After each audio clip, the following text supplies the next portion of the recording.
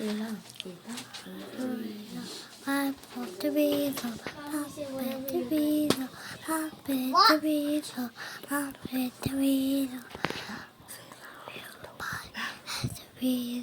want to be so.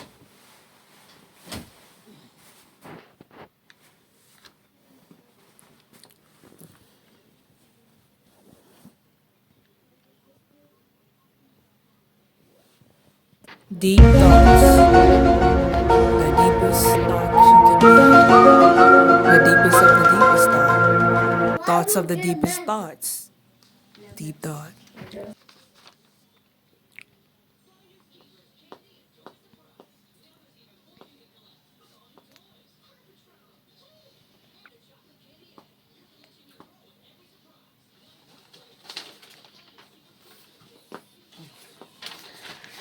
Alright. So after reading Living Like Weasels, do you think weasels are smart? Like not human smart, but Mom, what is it? kind of in a survival skills smart. I think they have what's called natural intelligence, that they know how to react to their environment. They can adapt very well, and they can manipulate and read prey or anything that's a potential threat. Mhm. Okay, and would you be scared if a weasel popped out on you? No, I would be alarmed and very cautious if one popped out, but to be fearful and run away, no. Now that I've read this article, I would not. All right. And if you saw a weasel, how would you describe its appearance? Furry body, kind of elongated nostril, and the nostril area are kind of like a fox or something. But I think after reading this article, the eyes would be more profound. The thing I would look at, because the author described the eyes. They were large, they were dark, they were round, very intriguing, kind of pulled you in. So I guess the eyes would be the most noticeable thing if in me, describing a weasel. All right. And last question, how would you react if you were in the weasel shoes? So, like if you were a weasel yourself and a human was in your vicinity or your area, how would you react to them if they came up to you or close to you or anything? I probably would react in the way the weasel act. Anything that's not a part of the environment that's new is a threat to the environment. So what the like when the author talks about the weasel that bit the man and kind of like locked to his hand and wouldn't let go, the weasel was not trying. Certainly, the weasel didn't think the human was prey, but the human is something that's not a part of that environment, not a part of that ecosystem. So therefore, whatever's not a threat has to be dealt with and taken out. So if I was a weasel, I would react the right same way. I would try to remove all potential hazardous things from my environment, or things that I thought are a threat to my survival.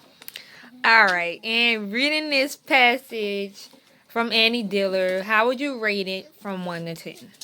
I would give it a 6. A 6 only on the fact that it's very informative.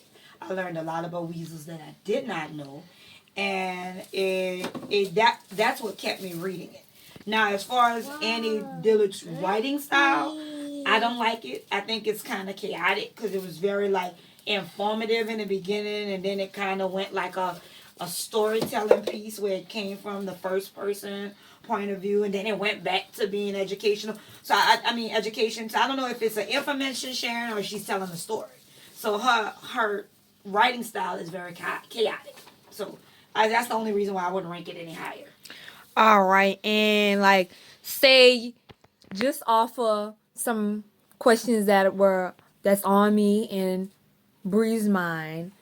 How would you, if you are a high school student sitting in the AP class, English 3, and you are given this assignment to write, how are you feeling about it? Like overall, just not emotion wise, but like you're thinking, you're thinking your mindset and everything. Like how you feeling? If I were in you and Bree's shoes, and I was a 16-year-old sitting in an AP class and it was given this assignment, first of all, I think my first instinct would be, why weasels? You know, unless I'm a nature buff and I like things in nature, and I think I know you and Bree pretty much. You know, y'all like the new information, but this is not y'all area of, you know, what y'all like. So I think the difficulty would be, and you have to get past the fact that, okay, I'm learning about weasels. Why I need to learn about weasels in an AP class, and you know, on and on from that. But I would also, once reading it, would sit there and be like, oh, okay, they're introducing me to a writing style that I may not be in, you know, formally introduced to yet, or may and I have no awareness of it. Oh, and also, you know, being that you guys probably taking biology right now with this class, it's a good good on biology information. Even though it doesn't talk about the biological makeup of a weasel, it talks about a weasel's ecosystem and how the weasel, he or she, would react to things in the environment. So I think once y'all get past the fact, like, why am I reading about weasels, y'all can understand and appreciate the assignment. And I think if it would have been me in y'all's shoes, I probably would do the same. By now, I probably appreciate the fact that I'm being introduced to Annie Dillard's writing style that may not be like any other writing